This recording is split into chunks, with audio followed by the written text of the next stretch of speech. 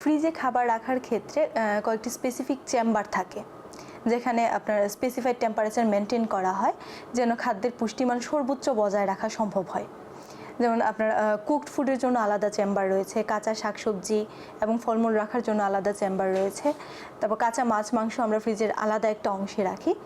সেই রাখার ক্ষেত্রে, সংরক্ষণের ক্ষেত্রে আপনি কয়েকটি দিক যদি আপনি মেনটেন করেন সেক্ষেত্রে আপনার ফুডের নিউট্রিশন ভ্যালুটা সর্বোচ্চ থাকবে। রান্না করা খাবারটা ফ্রিজে 1 থেকে 2 দিনের বেশি রাখা একদমই স্বাস্থ্যসম্মত হবে না। আর রান্না করা খাবারটা যখন রাখা হবে ফ্রিজে তখন সেটা ফুড গ্রেডেড বক্সে রাখতে হবে এবং ঢেকে রাখতে হবে। আর প্রি কুকিং ফেজে যখন খাবারটা মেরিনেট করা হয়, মেরিনেট করার পরপরই সেটা ফ্রিজে রেখে দিতে হবে, নইলে খুব দ্রুত ব্যাকটেরিয়ার আক্রমণ হয় এবং অনেক সময় সেটা রান্না করার পরেও কিছু কিছু ব্যাকটেরিয়ার কর্মক্ষমতা হারায় না, ফলে সেটা সহজেই শরীরকে আক্রমণ করে। আর কাঁচা শাকসবজি এবং ফলমূল রাখার ক্ষেত্রে কাচের বক্সে রাখার কথা বলা হয়, কিন্তু সেটা অতটা ব্যবহার উপযোগী নয়।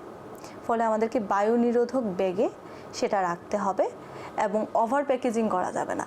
একটা প্যাকেটেই রাখতে হবে সেটা যেন সবজি কিংবা ফলের গায়ে লেগে থাকে, কারণ বেশি প্যাকেটে রাখতে গেলে সেই তাপমাত্রাটা মেনটেন করা যাবে না।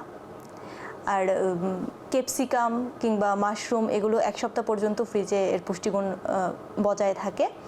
এছাড়া আপেল, লেবু, ডালিম এই ধরনের ফলগুলো সপ্তাহ 3 পর্যন্ত রাখা যায়। আর শাক সাথে সাথে খেয়ে নিলে ভালো।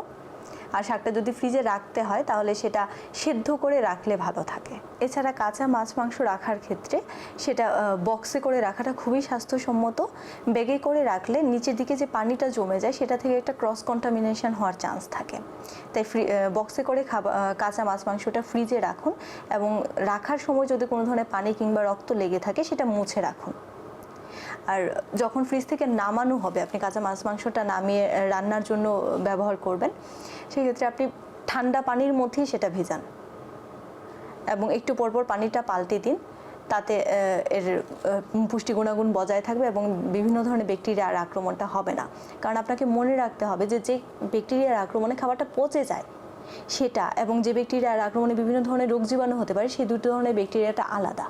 সুতরাং আপনি অনেক সময় খাবারটা দেখে বুঝবেন না যে সেটাতে ব্যাকটেরিয়ার আক্রমণ হচ্ছে এবং আপনি অসুস্থ হয়ে যেতে পারেন। ফ্রিজের মেনটেন্যান্সের উপরেও নির্ভর করছে ফ্রিজে খাবারের পুষ্টি গুণাগুণ কতটা বজায় থাকবে এবং ফ্রিজের কোয়ালিটি কতটা ভালো থাকবে। তাই আপনি মাসে 1 বার হলেও ফ্রিজটি পরিষ্কার করুন এবং যে নিয়মগুলো আমি বলেছি সেটা মেনে আপনি ফ্রিজে খাবার সংরক্ষণ করুন এবং যে স্পেসিফিক চেম্বারগুলো আছে আপনি সেখানেই সেই স্পেসিফিক খাবারগুলো রাখুন। এতে খাদ্যের পুষ্টি গুণাগুণ বজায় থাকবে এবং আপনি সুস্থ থাকবেন।